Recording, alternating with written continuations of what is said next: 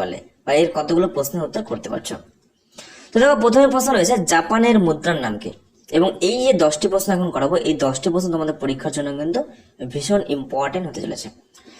তো দেখো জাপানের মুদ্রার নাম কি, জাপানের মুদ্রার নাম হচ্ছে ইয়েন। অপশন বি হয়ে যাবে এই প্রশ্নের সঠিক উত্তর। তো এরপরে দেখো নেক্সট 2 নম্বর প্রশ্ন, চীনের জাতীয় মুদ্রার নাম কি। তো এই 4টে অপশনের মধ্যে কোনটি সঠিক উত্তর হবে, চীনের জাতীয় মুদ্রা। তো সঠিক উত্তর হয়ে যাবে চীনের জাতীয় মুদ্রা হচ্ছে ইয়ান। অপশন এ হয়ে যাবে এই প্রশ্নের সঠিক উত্তর। নেক্সট দেখো 3 নম্বর প্রশ্ন, মায়ানমারের মুদ্রার নাম কি। মায়ানমারের মুদ্রার নাম কি। তো সঠিক উত্তর হয়ে যাবে মায়ানমারের মুদ্রার নাম হচ্ছে কায়াত। অপশন ডি হয়ে যাবে এই প্রশ্নের সঠিক উত্তর।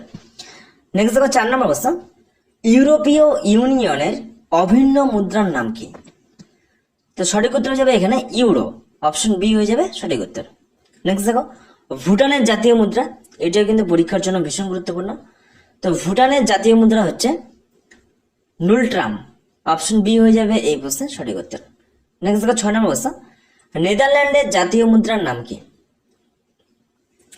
নেদারল্যান্ডের জাতীয় মুদ্রার নাম কি। তো সঠিক উত্তর হয়ে যাবে নেদারল্যান্ডের জাতীয় মুদ্রা হচ্ছে ইউরো।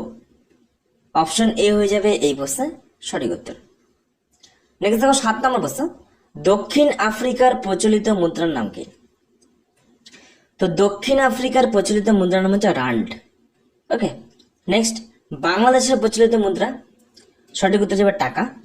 নেক্সট দেখো ইংল্যান্ডের প্রচলিত মুদ্রা, তো সঠিক উত্তর হয়ে যাবে পাউন্ড। অপশন এ হয়ে যাবে এই প্রশ্নের সঠিক উত্তর। নেক্সট দেখো 10 নম্বর প্রশ্ন, উত্তর কোরিয়ার প্রচলিত মুদ্রার নাম কি। তো এই প্রশ্নটা কিন্তু ভীষণ গুরুত্বপূর্ণ একটি প্রশ্ন। তো উত্তর কোরিয়ার প্রচলিত মুদ্রার নাম হচ্ছে ওন। অপশন বি হয়ে যাবে এই প্রশ্নের সঠিক উত্তর। তো এই হলো আজকের গুরুত্বপূর্ণ ক্লাস, বিভিন্ন দেশের প্রচলিত মুদ্রার নাম।